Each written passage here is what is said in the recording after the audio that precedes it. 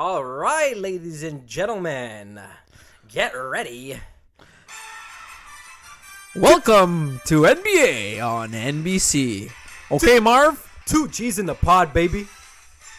Oh, y'all hear that? Y'all hear that? We're gonna let this one ride real quick because we have a special episode this week. 2 G's in the pod.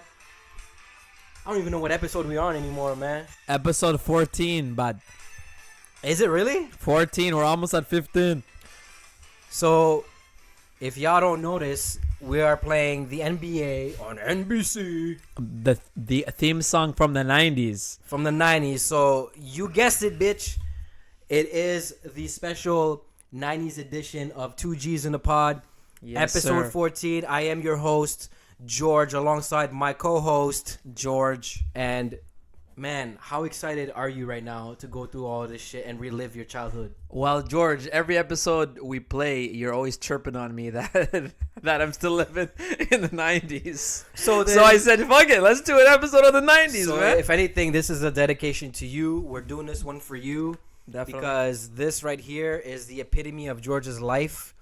There's going to be a lot of nostalgia tonight. Definitely, yep. And a lot of goosebumps and arm hairs going up on a Tuesday. Ooh. That was not a 90s song, so I don't think... Anyone who knows me and anyone has been to my basement in the dungeon, the place we tape these pods at, everyone knows that I'm still living in the 90s.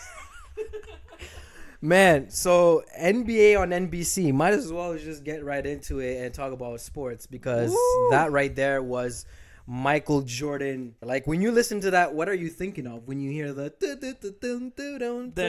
Like, Man, honestly, tell me exactly what you think of. I'm seeing flashes of MJ doing a crossover, like a dump in pass from a John Stockton into Karl Malone, and he does this quick little...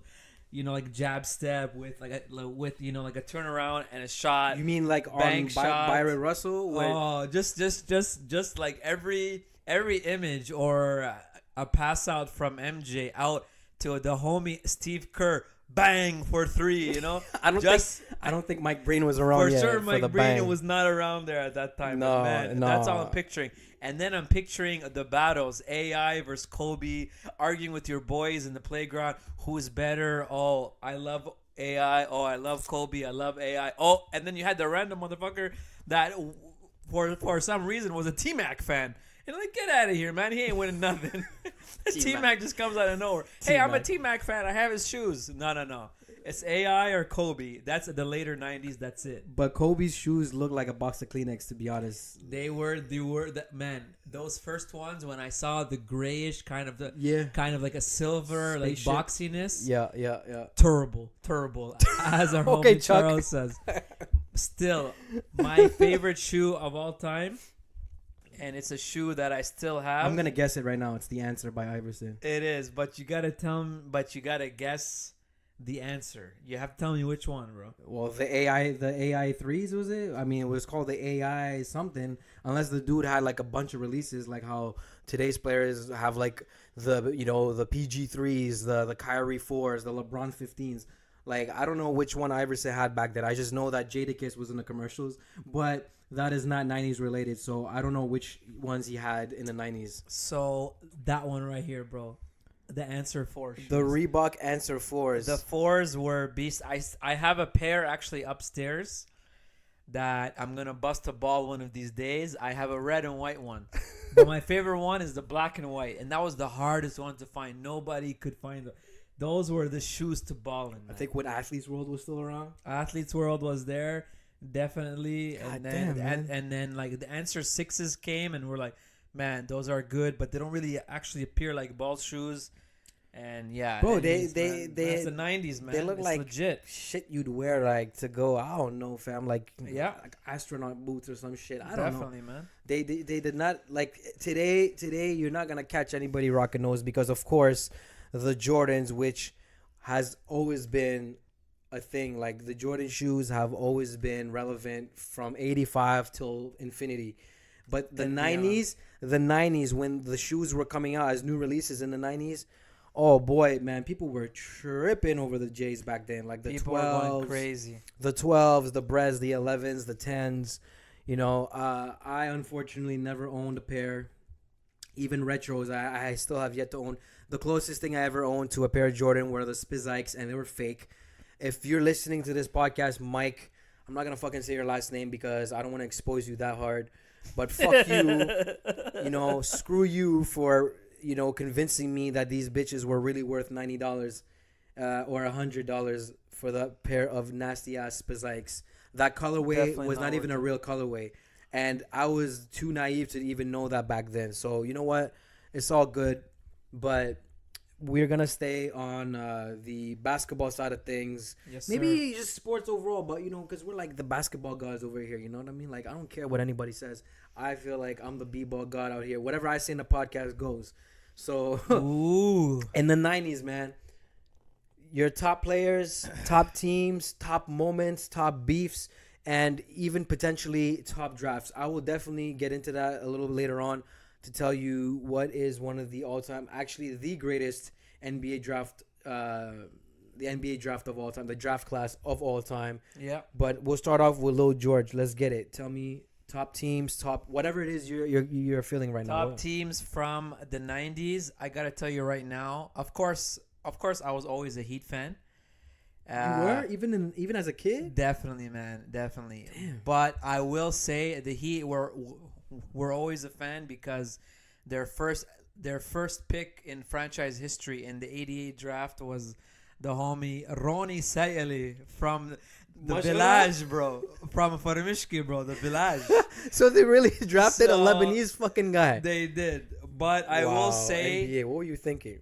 but I will say, my favorite team from the 90s that got nowhere, and it was really unfortunate, and I know it sounds random. I know where you're going with this. It was the Indiana Pacers, Oh, bro. never mind. You did not know where I was going No, down. man. I was expecting the team that no longer exists that is now known as OKC, but the Pacers. The Why? Pacers, Was it man. Reggie? It was Reggie, and just like the vibe of the whole team and how he told Spike basically to shut the fuck up. And Yeah, and then he hit it him with was- the choke move and and all that. and honestly, me, I was like a Pacers fan then. I would say, other than that, a team that I was, of course, in love with was and any kid out there that tells you they were not a fan is bullshitting, but it's the MJ Bulls, bro. Everyone loved MJ, and everyone was an MJ fan. Everyone was a Bulls fan. I know as a kid, like I always had my Bulls jacket in wintertime. You And then I was did? rolling up in Bulls stuff. Yeah, for sure. Oh man, right now Everyone George, knows that. George is definitely bringing the vintage back, rocking the Ooh. Sandlot squad on his shirt right now. Definitely. Y'all will definitely see that on the cover art because I Definitely. had to get that out with his little muscular figure paws. You know what I mean? The Bulls is like an obvious pick. Like It's anyone- obvious, but it's iconic, man. It's the iconic. only people The white with the red jersey, bro. You know. the only people who were genuinely not a Bulls fan or a MJ fan were Knicks fans. They despised the Bulls. Any Knicks fan from the 90s, especially the New Yorkers, you know, the East Coasters, all those guys could not stand MJ because he always ruined everyone's hopes and dreams, right? Mhm. He never gave the Knicks a chance. I mean, there was what? The only infamous thing we'll ever remember from the 90s and the Knicks versus the Bulls, aside from MJ doing the, you know, the famous Yep. the baseline fake and then dunking on Ewing, was when Starks dunked it on MJ. They say that he didn't get dunked on, but I mean it was MJ. It was and pretty much a dunk. It was bro. pretty much a poster on MJ alongside his teammate. Who was his teammate that he dunked on too? I think it was MJ and Pippen or something. I don't know, but MJ definitely got that piece on him though. I'm not gonna lie, he got yammed on too. So at least y'all can always reminisce on that, no matter what. And honestly, bro, just as a like a non-team choice, just for the jersey, I was a Grizzlies fan too. Oh, Just for that green jersey, was it green or blue, man? It was like a greenish blue. It was legit. it's like I that loved the blue outline. on Yeah, your I PlayStation over there. just the whole. I loved like a Big Country Reeves, like oh, Brian Reeves. Bibby. Was he bro. 50 or double O? He was like 00, I think, right? I honestly, man, I can't remember. And of course, here, bro, we don't fact check, so Yeah. I don't yeah, even yeah. know. but like Bibby, like Big Country Reeves, man, even Shane Battier, bro. You know, Battier was a Vancouver Grizzly Battier was a Vancouver Grizzly, bro. with his hot dog shaped head. He was picked out of Duke, man. So yeah, honestly, those were the days, man. George, tell me your favorite jersey from the '90s. That's a good place to go from, because you know I love jerseys. So what, bro, your favorite jersey, cuz? If I was like a teenager back then, and I was a jersey collector, I would have easily got up my Fabulous on and had every freaking jersey from back then, because 80s and 90s were known to have the best. I feel like the Hawks has some really dope jerseys. The Hawks had a beautiful with like jersey. The actual extremely Hawk? simple. It was just the outline. So this is what I love. Oh wait, like the actual hawk, like the drawing of the hawk, when Mutombo was there, or the outline. It was just like a basic hawk shape, or like it was like a hawk face. No, I'm talking about the actual bird. Hawk. The actual Ooh, bird, okay, bro. okay, The okay, bird. okay. Like this was obviously past the Dominique and the Spud Webb when they had the, you know, like the 80s diagonal Hawks, orange and white or whatever colorway they had. Yeah. They looked like the Hawkamania logo kind of. Yeah. But the Hawks with the Hawk jersey, when Mutombo was there and he was blocking these motherfuckers, like that jersey was nasty. Like that Grizzlies jersey. See, this is what I loved about the 90s, man. The jerseys actually, They had art on them. they had art, bro. They had drawings. They had figures. they had meaning. They had figures. They on them, brought man. the jerseys to life. When you have the actual animal or the actual logo with the actual freaking animal or whatever bird or any symbol that your team represented, Yeah. they had them on there. Like the majority of the teams that were animal based, they had them on there, bro. Like the Denver Nuggets still rocked the whole skyline with all the colors. They were probably repping the community. I did, however, own a World Be Free Nuggets jersey. You probably don't even remember that. That's amazing, man. The free on the back. Good for you, man. Yeah. Look at Damn. this guy, good for you, acting Woo, like. And I that like shit, that. shit was so tall. If you would have put it on, it would have probably reached your feet, bro. Because it was Oh. taller than you, man. All the jerseys back then. It was a size they 58. They didn't have the short length ones they got now, bro. They didn't have like a swing man. They just had the tall man. Yeah. That's it. They were the biggest things you ever put because on. they were designed for Americans. You know how big Americans are, man. Like Yeah. you have to make sure that a guy sized like Big Brian Reeves, you have to get his size, right? So you have to get him the size 60, which is the biggest size. So George, just to kind of like elaborate on this, 'cause Yeah. this is a good topic. Because every guy who's a ball fan, they love jerseys. Okay, Yeah. man, I found a list here: top 10 jerseys of the 90s. I'm gonna go through, and I'm not gonna say shit. I want your input for each one. Was it from the specific season though? Like do they No, it's just describe the whole season? range. Oh. Just from the early 90s Yeah. until the end of the 90s, okay? All right. So coming in at number 10, they got the Houston Rockets one. For all y'all that don't know which one we're talking about, it's blue. It has the word Rockets on it, and has a red planet and a jet that had a face on it. Yeah, George, go. which also had the Pinstripes. the pinstripe vertical lines. So those were around when Steve Francis was a Rocket. Charles Barkley was a Rocket. Those jerseys, I definitely got to put that in there. I didn't even think about that until you showed me that list. I love that shit. Honestly, I didn't even care about the jersey. I loved picking them in NBA games. All the live games back to then. watch the court. No, the court. Oh, the court Woo! was sexy. Yeah, that court was Beautiful. beautiful, man. So, Yeesh. okay. Yeah, I agree with that. I'll put that in the top 10 for sure. Okay, so that one is 90s number 10. based only, obviously. Just though. 90. Yeah, Okay, yeah. so that one was number 10. Up next, we have my personal favorite, Yeah. the Vancouver Grizzlies jersey. And you see two of the homies here, Bryant Big Country Reeves with the 5-0 on his stomach. Yeah. And Sharif Abdul Rahim. Oh, man. He's a legend. He's a 90s legend, too. He's a 90s legend. George, go. I got to put that there, too, man. I definitely got to put that there.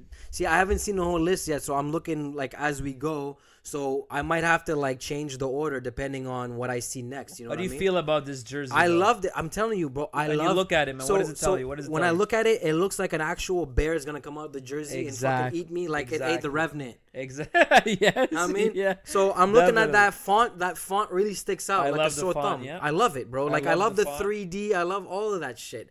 It's different. Like maybe the quality of the jerseys weren't as great as they were when they were silky smooth in the early 2000s when Iverson. Yeah. Okay, sixes, Zohan. Okay, Yeah, Zohan. yeah, man, we need that Okay, silky smooth. smooth, man. You know, Damn. but you know, it's because Champion was making them, and the qualities were kind of like the way they are today. I feel. Yeah. Up next, go ahead. So up next, again, I think this is a top 5 one for me. The Detroit Pistons. Any of y'all that don't know which one we're talking about, we're not talking about those cool ones from 2000, which are red, black, and white, sleek with just the word Pistons on them. No, we're talking about before that with an actual piston like a horse, like a horsepower horse. Yeah. With the exhaust at the end of the S in that off blue, kind of like a greenish aqua looking bluish color. I don't like that color though, so I can't I can't really rank this one that high like that. Honestly, I love the horse with the flame on it though. I thought it was cool. I think they still had that when I Ben actually like Wallace. what they did. When Ben Wallace came through, I think they were still rocking his. Top off like Wallace. Oh my God! Up next, oh baby, Up my, next. my favorite color. Up next, again, this is also in my top 5. It doesn't come top 5 in this list, but this is an iconic throwback jersey. Any Toronto Raptors fan has the purple Raptors jersey.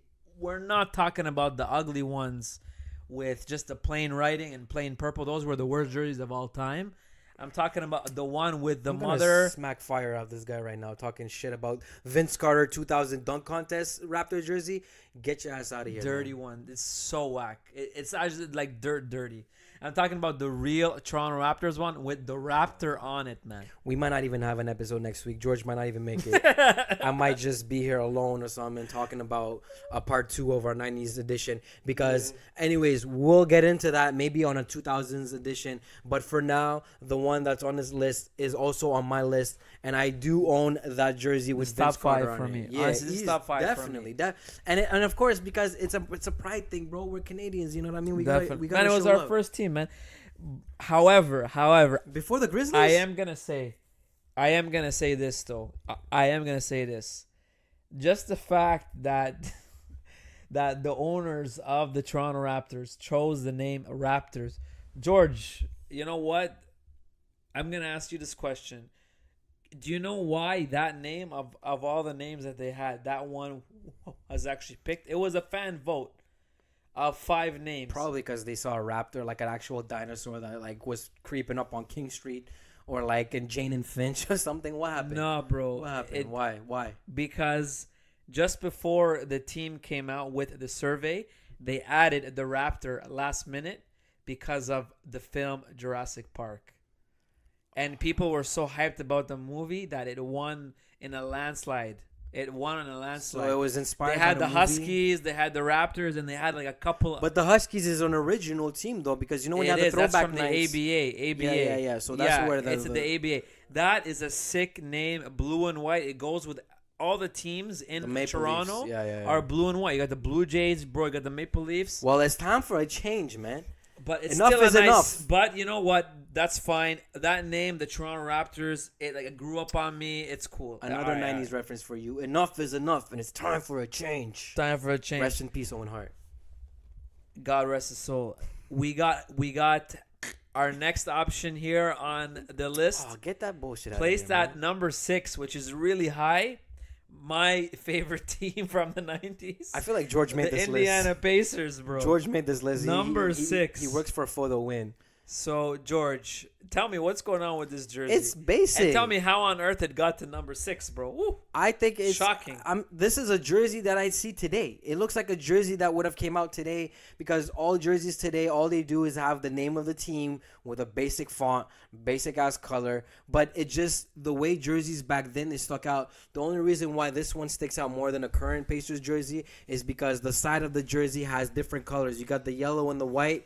And on top of that, I love that jerseys from the 90s have like the offset of the font. Like you see how it like looks, it Yes. sticks out like a 3D Yes. type font. That's why these motherfuckers look way better than today's jerseys. Because today it looks like something that they did off paint.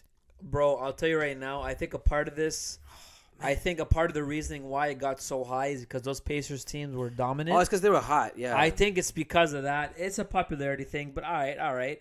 Up Oh, next, this one. Ooh. number 5. It's not my personal favorite in the Sonics franchise history, but it's still a nice one. It's the Seattle Supersonics green jersey with the name Sonics on it, which is emboldened by like a white overlay and a yellow border. We're not talking about the iller ones that came after that. Ray Allen era. The Ray Allen ones. Slick Zohan shit. That's it, brother.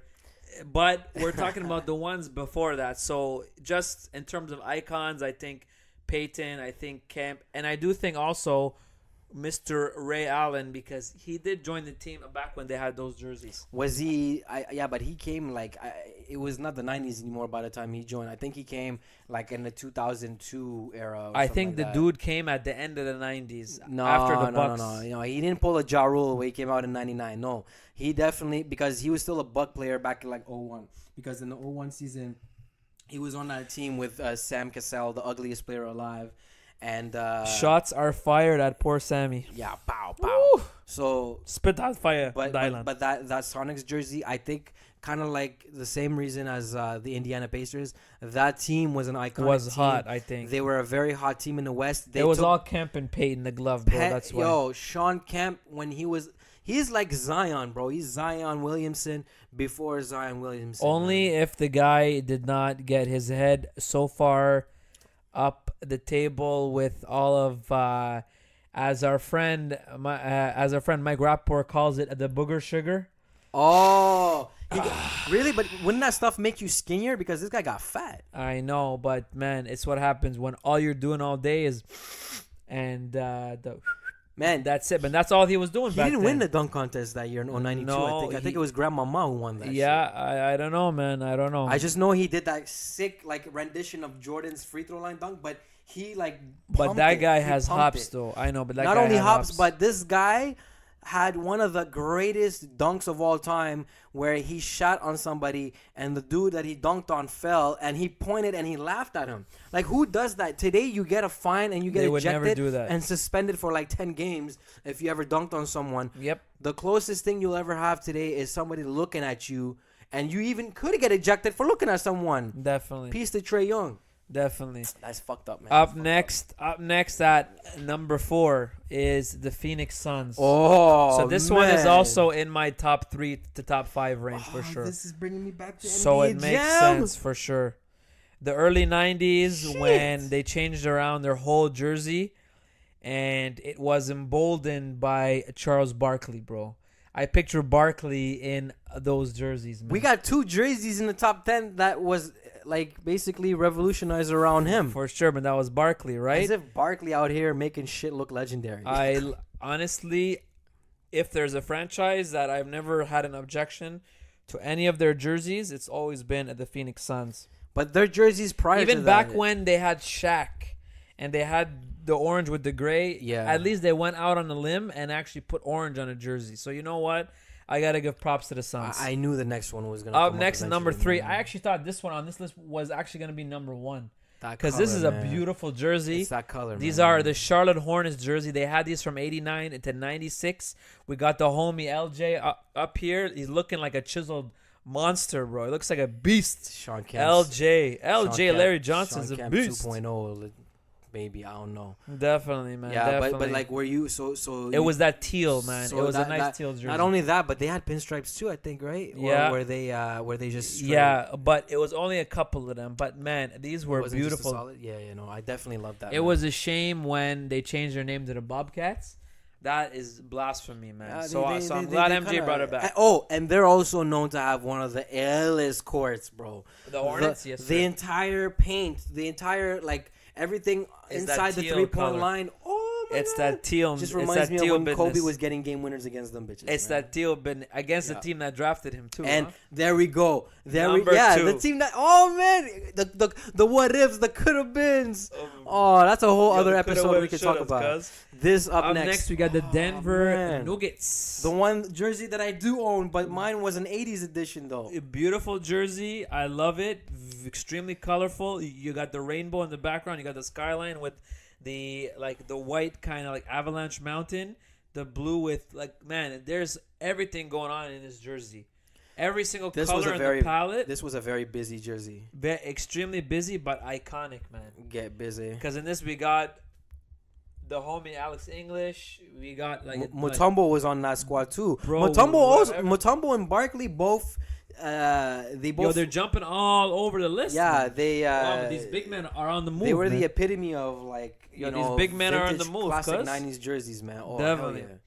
And first place. Wait, do we have a tie? Oh no, we don't. No, we don't. First place on the list. Oh Lord. I will tell you, this is a top 5 of mine. I wouldn't put it number 1, but it's definitely a beautiful jersey. On that list, they put it number 1. Is the Orlando Magic jerseys, plural, the blue with the pinstripes and the black with the pinstripes. And props to Orlando for actually bringing them back now, because now this is their main jersey again. It is, but nothing beats the OG feel, man. Anything that's OG is definitely better than anything that they try to replicate in today's day, like today's day and age. And I love the penny shoes too, by the way. Now I don't know if I will. Some sick shoes. I could definitely see them being my top 10. I don't know if this is the number 1. I'm just surprised that they didn't go with the Bulls just because the Bulls being the Bulls, right? The team of iconic. the 90s, right? Yeah. You know, but like the Bulls, actually, wait. If the Bulls came with the cursive Chicago in the 90s, that would have definitely been in my top 5. But that came out in Jordan's rookie year, you know, back when he was high flying, free throw line dunking, and doing iconic dunks, you know, the rock the baby and all of that. Oh man, all of that. George, tell me we can just keep going your about this shit favorite NBA team from the 90s, because I know you asked me. It's the Bulls, bro. Yeah, I sound like a dick writer, but it's the Bulls, man. Like, listen, I was a kid who did not know basketball the way I knew it once the Lakers started to pop off with their dynasty, right?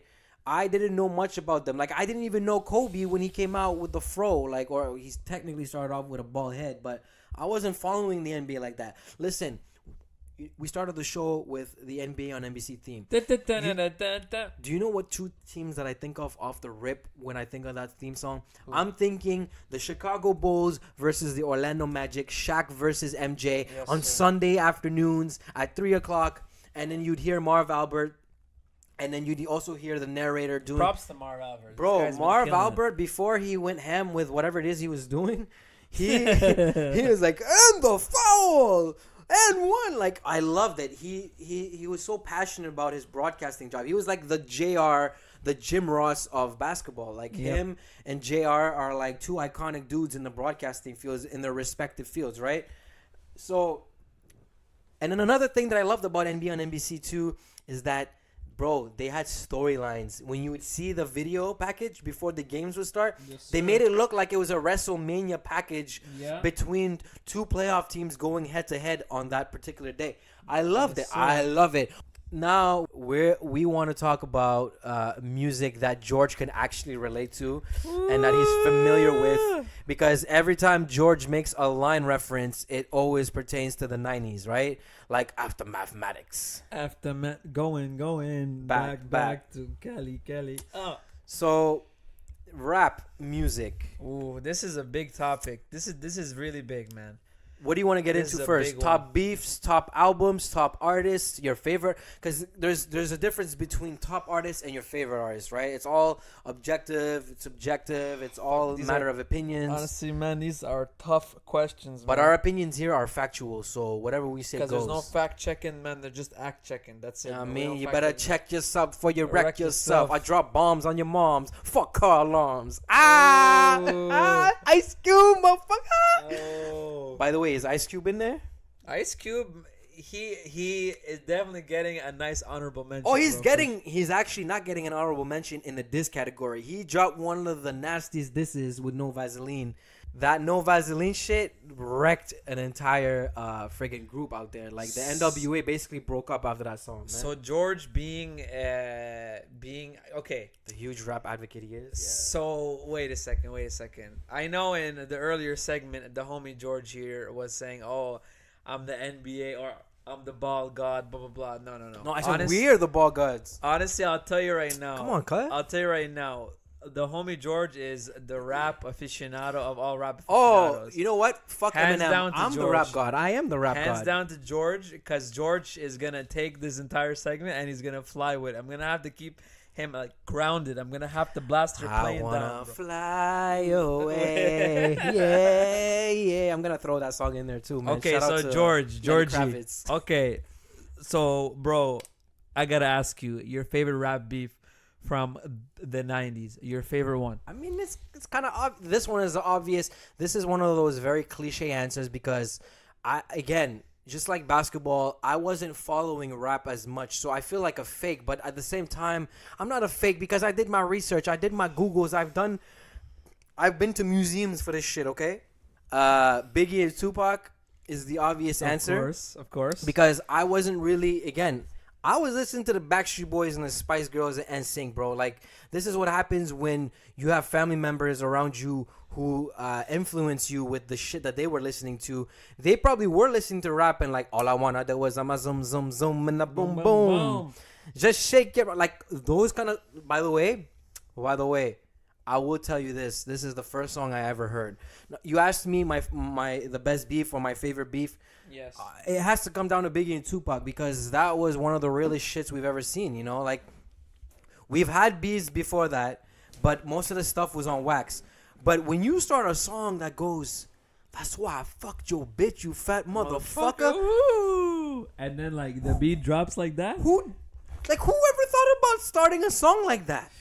Like, Tupac was so vicious with that. And not only that, but this guy went out of his way and destroyed a rapper talking about sickle cell, bro. Like, come on, man. Rest in peace to Prodigy, man. Rest in peace to Prodigy. An icon, a legend. By the way, he is also a guy that belongs to a song. He's affiliated to a song that I easily, not even kidding, I have to put that in my top 5 all-time songs. Shook Ones, bro. But we'll get into the Shook Ones before I before I shook you with other. And I gave other all things. y'all a disclaimer. The homie George is flying right now. I can fly, bro. I But can this guy skate around there. He bleeds knowledge. This guy from Bro, his brain. I'm bleeding red and blue. I'll show you where the blood's at, where the crips at. Straight yeah. up, man. Like, I love this rap shit way too much that I can get into this shit for another, like, at least another 24 hours straight. Everybody knows George talks a lot. And when it comes to rap, you cannot out-talk me about rap. Yeah. So, favorite rap beef, Biggie, Tupac. But Agreed. aside from those ones, the other ones that came to mind that I didn't even know existed until I did my research included Common dropped one of the greatest diss songs in the 90s, The Bitch and You.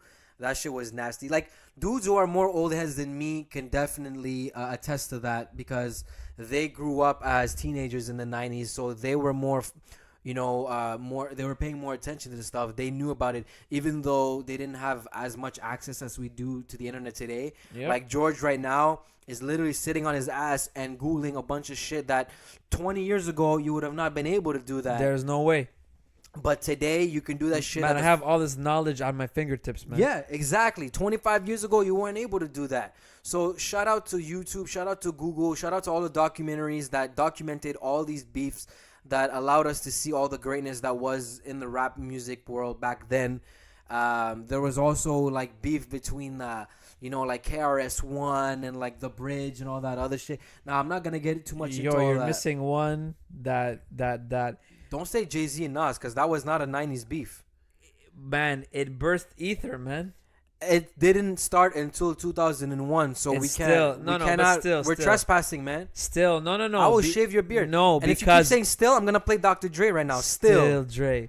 No, no, man. I'm telling you right now, because all that stuff, it began early. The beef began in the mid 1990s, bro. More like late 90s, to be honest, because it all started with like Memphis Bleak. It was like 95 and 96, bro. This is when it was because it was all about Nas not appearing at a recording session. You're right. For Jay. It's a 90s You're beef. right. And it birthed Ether, which is my favorite. No. That song Ether is my favorite like rap diss song out of all time. So you put that over Takeover? It's taking over everything, bro. It's number one. I love that song. That was my actual introduction to Nas. I had not heard a lot of his songs. You never heard or a Nas's full like album? No. Man, Of course, I heard tracks, but that song was when I said, "Man, I gotta notice this guy more. I have to notice this man." And then I backtracked from there. And I was like, "Damn, this guy's legit." So you're going down memory lane, no pun intended. I'm going backward. I'm going backwards in time. Yeah, bro. like Yes, you sir. have to take it back to Illmatic to guns on the guns. I on always the knew about Nas, and I always heard his songs in passing, and I heard other people say, "Oh, his song is good. This song is great."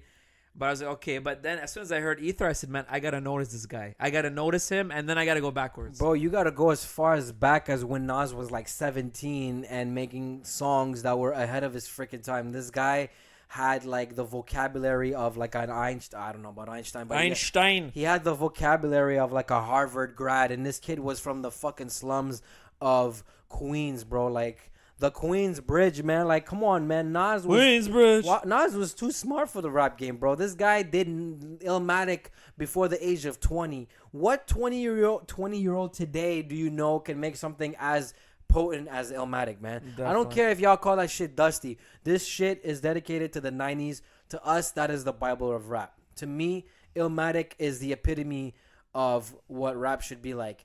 Jay-Z did Reasonable Doubt.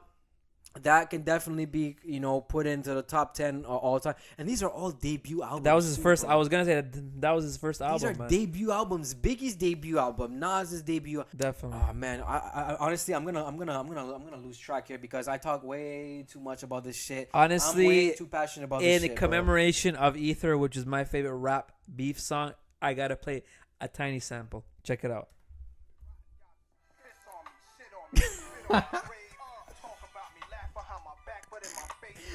You're trespassing, man. Listen, man. With your hands out for my money, man. How much can I take when these streets keep calling? Shout out to Ron Browse. Produced that shit. Started cocking up my weapon, slowly loading up this ammo to explode it on a camel and his soldiers. I can handle this fedora. That camel. Explode on a camel because of those lips, bro. Alright, turn it down before we get sued, bro. Definitely crazy. Turn it down. Listen to this. So definitely. In terms of groups, because we had so many groups were definitely a popular thing in the 90s, like rap collectives, from your Mobb Deeps to your CNNs to your Outcasts. Oh my god, bro, the list goes on and on and on. And like a lot of these dudes drop so many classics. Like, I'm not even looking at the internet right now. I'm just going off top of the dome right now, thinking about all the pause, all the all the great, nostalgic, timeless music that came out back then. The lyricism was great too, man. Amazing, like, man. These guys actually, all the beats, everything was this great, was man. when lyrics mattered, like, as opposed to today when lyrics, they're trying to bring the lyrics back today, but the mumble era kind of messed it up a little bit, because even your lyrical rappers were trying to, test out the whole mumble jumble wave. They tried to kind of like hop on these trap beats. But back then, bro, you had the greatest producers of all time that came out from the 90s. Your Timbalands, man. You had your Dr. Dre's. Bro, the Neptunes were popping off in the 90s, actually. Like, some of the best beats you heard from the Neptunes were all from that. Were like from the late 80s, like the late 90s, like during the golden era of rap. Yes, sir. You know what I mean? So, just to elaborate on that, George, if you had to pick one group, who was your favorite rap group from the 90s? Fuck, man. You're gonna put I me know. Like, I can't give you my favorite. I have to give you like a top 5 because Mobb Deep is definitely in there, because Mobb Deep released their greatest material in the 90s from, bro, you're gonna have to name me the list of the albums that came out. Like Hell on Earth, the album that included Shook Ones on there, Survival of the Fittest, Only the Strong Survive, Adrenaline. Man, the freaking song with Nas, The World Is Mine, or what was it called? It's Mine with Nas, that song that was sampling Scarface. Crazy shit, man. A lot of stuff. Jay-Z dropped a lot of stuff, but like, okay, we can't talk about solo acts. We're talking about groups. Well, yeah, it comes down to like Outkast and Mobb Deep to me. Unless you I mention put a gun to your head, man. If I put a gun to your head, who pick? What a gun to your head right now, cause usually when you put a gun to my head, it's to tell me, yo, recite the whole lyrics before I pop this shit. Before I fucking kill your ass. I might have to just go with Mobb Deep then. Ooh, I gotta go with Mobb Deep. Sorry, Outkast. You got outcasted. They got outcasted. You got outcasted. No, but Mobb Deep was just the epitome of the 90s, man. That grimy New York, East Coast, nitty gritty rap style. That was for me, man. It was for me. I didn't live that lifestyle, man. I was a kid, bro. I was listening to Spice Girls and NSYNC. Like, everyone was, man. But when I got introduced to that sound, I was in love with it, man. Like, that's Definitely. what got me so deeply into the rap. But of course, Outkast, I gotta put him up there. I cannot disrespect an icon such as Andre 3000 and Big Boy. Like, those two were an iconic duo. But Prodigy, Havoc, and on top of that, Havoc was producing these beats, man. Havoc produced Shook Ones, man. And the way he flipped that Shook Ones Part 2, who does that? You gotta go on YouTube and check that shit out. It's on there. When you look at the way they flipped that, the way he flipped that sample, holy shit, bro. And this was back when technology was nowhere near it is today. This guy was using these huge ass 5,000-pound machines to sample his shit. Come on, man. It was amazing, man. And like, shout out to like Ski, shout out to DJ Premier, shout out to fucking Large Professor. Oh my god, I sound like an old head. Like, I sound like a guy with a lot of gray hairs in his head. And guess what? I ain't saying shit. I ain't saying shit. That's all you, cuz. No, man. If anyone's gonna diss me, it's myself. All right. Only I can make fun of me. I got you. What about you, man? Were you even into these rap groups back then, or were you just more into the solo acts? Oh my God! You see how we're already 45 minutes in, bro. I'm telling you, honestly, we're flying along here, brother. We haven't even started. I'll tell you right now. I know it's gonna sound like insane to you, probably, and I'm probably gonna lose you. But my favorite rap group was the Beastie Boys, man. I love the Beastie Boys. I'm not gonna lie to you. Yo, you can't hate. Intergalactic was actually the first song that I heard from them ever. I did not hear their 80s music first because, bro, you didn't hear the sick track Sabotage? You didn't hear Sabotage? No. You're crazy, bro. You're crazy. I don't even know what it sounds like right now, right off the rip. I will tell you this. I'm gonna ask you before I ask you. I'm gonna tell you. The first rap song I ever heard, from my memory, was "Gangsta's Paradise" by Coolio. Yeah, man. It's been spending most of. So now I'm gonna ask you. I'm gonna throw it back at you. What was the first rap song you ever heard? Ooh. Was it, first of all, it was obviously the 90s because you were not listening to shit when you were a year old. No. The first rap song that I ever heard that you even recall. That's a good one. You can't say like Changes from Tupac. Juicy, probably from Biggie. Really? Juicy. Before everything else? Before everything when else. It first came out. Yeah, Juicy. It was either Juicy I heard first or the track also from Biggie called Hypnotize. Everyone knows it. This is how I know you have an older brother because I don't have any older siblings, man. It was nobody. I got to give props to Mikey, man, because this guy, he introduced everything. Man, I still remember, okay? I'll tell you a crazy story. The day B.I.G. died, I had just started. Yo, we're about 4 days away from that. By the time the show comes out, it'll be like anniversary. It'll be the 22-year anniversary. I'll tell you right now, I was just getting my thing on with all like the rap music. I was definitely like into Biggie. I was into Pac. I heard all these sick mad props to my brother Mike, man. This guy introduced me from things from Aqua, like the group Aqua. Barbie Girl, man. From Aqua to Spice Girls to Backstreet Boys to Biggie to Pac to Mobb Deep to like Rakim to everyone, man. Rakim, Lord. Man, everything was because of Mikey, okay? So I got to give props to you, older brother. So see, lucky you, man. I didn't have that. And the day Biggie died, I was so sad because this guy was already becoming my favorite rapper. I can tell you right now, I was in our house. Shout out to 294 Billings Avenue. I was at 294 Billings Avenue. I was standing in front of the TV and I just started crying, man. And I just started to like be into his music. But it just hit me. I said, man, I'm never going to hear this guy make other songs ever. As a kid, I was feeling that. As a kid. And you know how many... 8 years old, cuz. Do you know how many New York rappers today would have been hella excited to record with Biggie Smalls? From your Fabulouses to your Dave Easts to, Nas. Like, Nas already did music with him, obviously, in the 90s. They do have records together. But Jay-Z as well did a few tracks with him. Yeah. You know what I mean? Brooklyn and all that. Brooklyn's finest. We run this. Brooklyn's Bad boys finest. behind us. Yeah, but like the rappers of like today from the 2000s and the 2010s, even like southern rappers, man, there's so many people from today would have had the honor to record with Biggie and Tupac as well. But when Biggie died, definitely a big thing. You know, we'll always love Big Papa, man. Rest in peace, Biggie. Bro, let's try to like squeeze in another little thing from the 90s, because back then I felt like we had like snacks that no longer exist today. Like, you know, like the Minute. I don't know if they do exist today because I don't drink, you know, boxes like the little juice boxes like Minute Maid, Allen's, all that shit. Do those even still exist today? The original, and as soon as I'm gonna say this, everyone's brains are gonna explode. What is it? The original Sunny Delight. Bro. Oh, The original Sunny D. the one we Drop used the to bomb. die for that shit. And We they died had the for worst that. caps. You used to try to open the cap and it used to spill. Yeah. And you're like, why do they make the caps like that? And then when they changed the cap, they changed the juice at the same time. I was like, no, it's not the same juice no more. Yeah. Yeah, Sunny yeah. D, That's bro, crazy. man. Oh yeah, and then like, you know, I got my favorite food from then, and I'm gonna tell you, go ahead. it's fucking Dunkaroos, bro. Dunkaroos, Dunkaroos. Top 5 This top one, bro. The cookie biscuit one with the white with the white cream that Pause. had like the blue and like sparkles, man. It had them like The sprinkle sprinkles. action, bro. Yeah. That Dunkaroos. Shout out to Oh. Dunkaroos. Anyone who's a You Dunkaroo fan, won- shout out to Dunkies. bro. 1000% brought me back to the 90s with that one. George, tell me your favorite snack or food from the Fruit 90s. by the foot, bro. The fruit by the foot, man. Oh, like the fruit long ones? yeah, the foot long. Okay. fucking thing, Yeah, the bro, one- I see.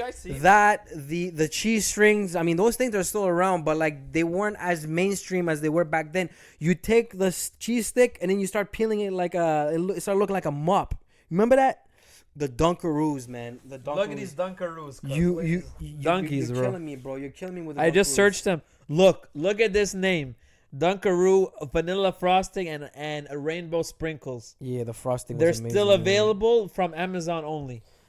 Oh man, like it sucks that we have to like go on these lists. Oh man, because when you think of the 90s, listen, this is what I think of when we think of the 90s. I'm thinking of Bop It, like the that game that you used to play with like multiple people.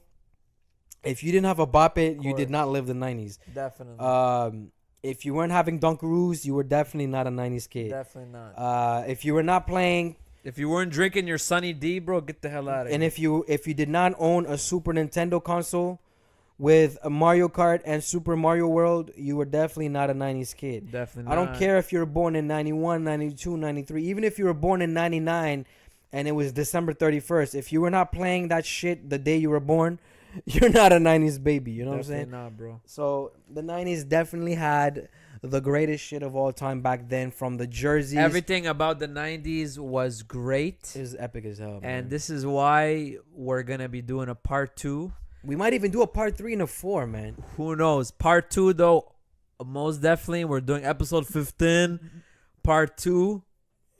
Yeah. I'm going to open the show next week telling you about the 15 because I know I've been hyping that for 2 weeks. Lucky 15, man. On the next episode where we talk about the 90s, we're not only going to talk about all of these things that like bring you back. Bro, we got to talk greatest plays in sports, bro. Greatest dunks, man. That's Come on. what we're Right going to now, talk right about. now. No. We're going to tease that shit. Motherfucker gotta go to sleep, man. We're not only going to do that, we're going to do the top 90s television shows and cartoon shows. Yeah, we didn't even get into that yet. So get your shit ready and your popcorn ready. Get your popcorn ready. Get your skinny pops. Because, man, the next week we're going to be talking about Family Matters, Fresh Prince, Seinfeld. We're talking about Frasier. We're talking about we're talking about everything, including Beverly Hills 90210. Oh, Lord, yeah. We got to give a shout out Mr. Perry. to the homie Mr. Perry. God bless you and your family. We hope and wish that your entire family is able to definitely pull through this. He's an iconic dude in the 90s, man. He's an iconic dude. Luke Perry, man. Dylan McKay, bruh. We loved Dylan and we love Luke. Mad props anyone that was born in that time. Whenever you turn that show on, bro, you saw his face. So Netflix definitely and gotta all bring of the that. older girls around you were melting for him. So I Yeah, gotta he was, give props. he was definitely the heartthrob. He was like Definitely. this guy. I still remember posters in my oldest sister's room, man. She had like posters of him everywhere, and pictures in her magazine. I think he is the inventor of the term fuckboy. I think he was like the ultimate fuckboy of the 90s, but also the guy who won a lot of these girls' hearts. You know, all the little teenage girls who were into all this stuff, because all the girls in the 90s were into Zach Morris and AC Slater and Luke Perry and the other homie that was on, I think his name was Brendan. I didn't really man, I'm about to expose myself. I never really got into that shit. It's all good. I just know about it, of course, and you know, Melrose Place and all that. All that stuff. You know what I mean? Beautiful, but like, yeah, I grew up on 90s. I grew up on Days of Our Lives, Young and the Restless. Shout out to Mount Dukes. You know what I mean? She was watching that shit They always every day. made us watch that shit. Not only did they make us watch it, but she was listening to it on her way home from work. She would tune in because Global, the channel, the Global TV News or whatever, they actually had on the radio a station for that. Damn. So she could listen. That's how dedicated you have to be to a show when you can't even watch the visuals, but you're listening to it. Definitely. Like how dedicated you have to be. Shout out to my Definitely. mom, man. She was definitely into that. Anyways, all of that and more we're going to be hitting you up with next week on Going Back to the 90s Part 2. Man, there could even be a whole podcast that we do, man. Podcast number 2, Going Back to the 90s. Because honestly, man, this shit is everlasting. It's so influential. And it still holds up. So, you watch all of these 90s shows, bro, they still hold up. So hold on a second. Is this the beginning of a spinoff? Are we doing a spinoff over here? Better Call Saul? Better Call Saul spinoff. No, honestly, man. Oh, Lord. It is so iconic. All the shows, all the stuff that was going on. Man, props to everything back then when times were easier on us. We didn't have to worry about rent or mortgage and this and that. Yeah, let's not get into that right now. Man, you could just go home. You could have a box of Dunkaroos and then have a Chef Boyardee and then have... and then afterwards you ask your mom to cook a box of Kraft dinner for you too, and you sit and you watch Batman and the animated series followed by X-Men the animated series, and then your mom after school would force you to watch either The Bold and the Beautiful, Young and Restless. You didn't have a choice, bro. You didn't have a choice. But then as soon as that's done, you can go watch whatever it is you want. And I'm spent, bro. I'm spent. Yo, Barney. Yo, shout out to Barney at 3:00 after daycare. You know what I mean? Anyways, that's going to be a wrap for this week's episode 14, 2Gs in the pod, 90s edition. Peace out. See y'all next week. 2Gs in the pod.